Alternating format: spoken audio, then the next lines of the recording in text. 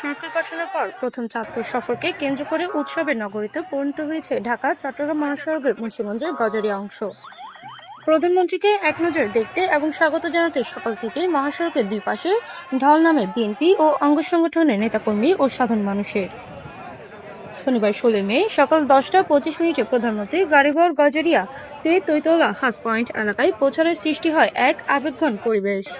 এই সময় বাসের ভিতর থেকে হাত নেড়ে নেতাকর্মীদের অভিবাদন ও ভালোবাসার জবাব দেন প্রধানমন্ত্রী। এর আগে পূর্বঘোষিত কর্মসূচি অনুযায়ী সকাল 7টা থেকে গজারিয়া উপজেলা বিএনপি ও অঙ্গ সংগঠনের নেতাকর্মীরা খণ্ড খণ্ড মিছিল নিয়ে তৈতলা হাস পয়েন্ট এলাকায় জড়ো হতে থাকেন।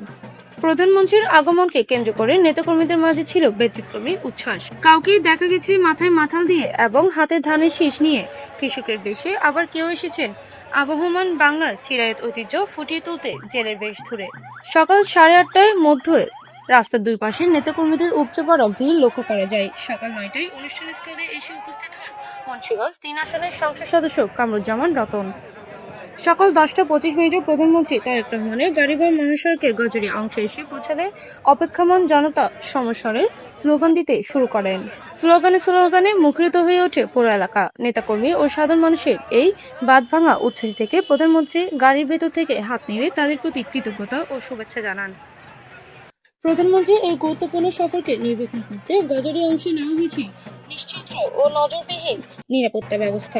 জেলা পুলিশ ও প্রশাসনের পক্ষ থেকে ব্যাপক তৎপরতা ছিল। এর আগে স্পেশাল সিকিউরিটি ফোর্স SSF, স্থানীয় সংসদ সদস্য এবং জেলা প্রশাসনের ঊর্ধ্বতন কর্মকর্তারা যাতায়াতের রুট পরিদর্শন করেন। এ উপলক্ষে মহাসড়কের গজারিয়া অংশে আইন শৃঙ্খলা বাহিনীর বিপুল পরিমাণ সদস্য মোতায়েন থাকতে দেখা গেছে। মুন্সিগঞ্জ প্রতিনিধি আনিসুর রহমান, রনিনের পাঠানো তথ্য ভিডিও চিত্রে PIB 71 TV।